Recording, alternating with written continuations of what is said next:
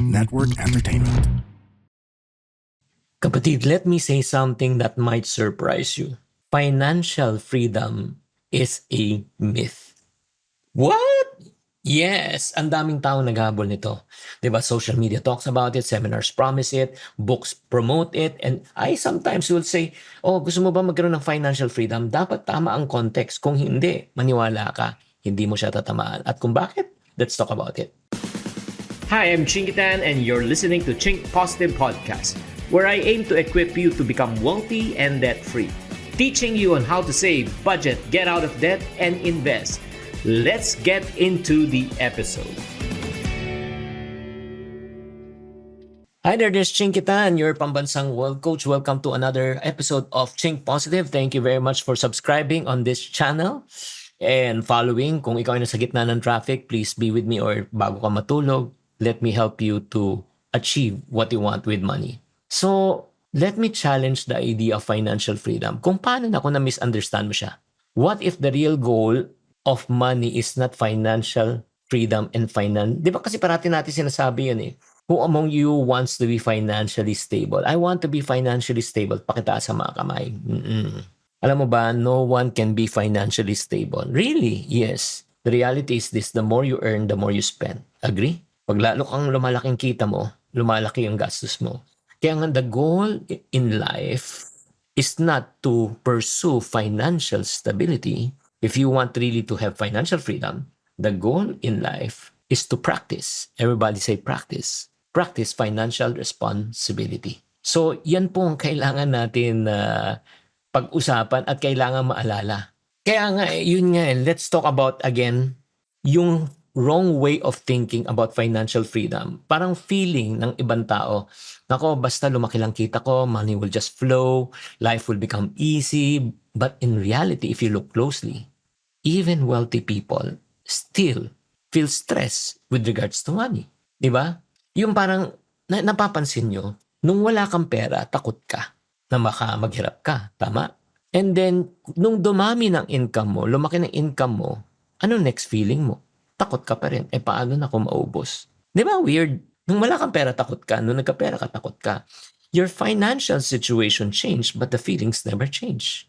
Do you agree? Kaya nga, it's very important for you to understand na, again, ang goal mo sa buhay, hindi stability. Ang goal natin sa buhay is responsibility. Pero the question is, why do many people struggle with responsibility? Kasi nga may mas malalim pa talagang problema eh. Di ba? Ano yung malalim ng problema? For many people, the challenge with money is not actually income. Really? Yun nga sinabi ko, hindi talaga pera. Ano? It's your perspective and the relationship with money. How you think about money? How do you react with money? How do you think about money? How do you spend with yung money, yung relationship mo? Pag kinita mo, anong pakiramdam? Anong pakiramdam mo? Anong ginagawa mo? Yun eh. Kaya nga some people, ito yung reality ha. Some people, they don't want to talk about finances. Diba? Some people naman, diba, pag nakakuha ng pera, anong ginagawa? Ginagastos agad. Diba? Sabik.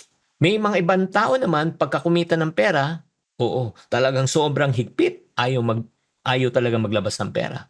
Diba? Pero kung titignan mo, may ugat yan eh. Bakit? Diba? Siya natatakot gumastos ng pera. Ay, natatakot siya baka maghirap siya muli. Kaya sobrang siyang higpit.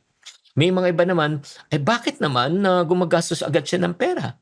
Kasi nung bata siya, di ba, na-deprive siya nung bata siya. Kaya ngayon, healing of the inner child. Bakit naman, may mga ibang tao naman, di ba? Kaya kung makikita mo talaga, there are deeper beliefs and emotional experience that's connected with money. And because of your past experiences, it affects your current decision in life. Kaya nga ito yung mga hindi nakikita eh. Kung tinatawag natin sa iceberg mentality, yung the one that sank the Titanic wasn't really the tip of the iceberg, what was the bottom of the iceberg, which is the 90%. And reality is this, sometimes you struggle with money is really deeply rooted, not on the financial aspect, but in the emotional aspect. Diba? Again, yung mga na-experience mo nung bata ka pa. Kaya nga, bago tayo mag-focus sa tinatawag nating financial freedom, alam mo, or financial stability, dapat pag-usapan natin how healthy is your relationship with money? Baka yung relationship mo sa pera broken. Kaya hanggang ngayon, broken pa rin yung perspective mo. 'Di ba? Uulitin ko nung wala kang pera, takot ka. Nagkapera ka, takot ka pa rin.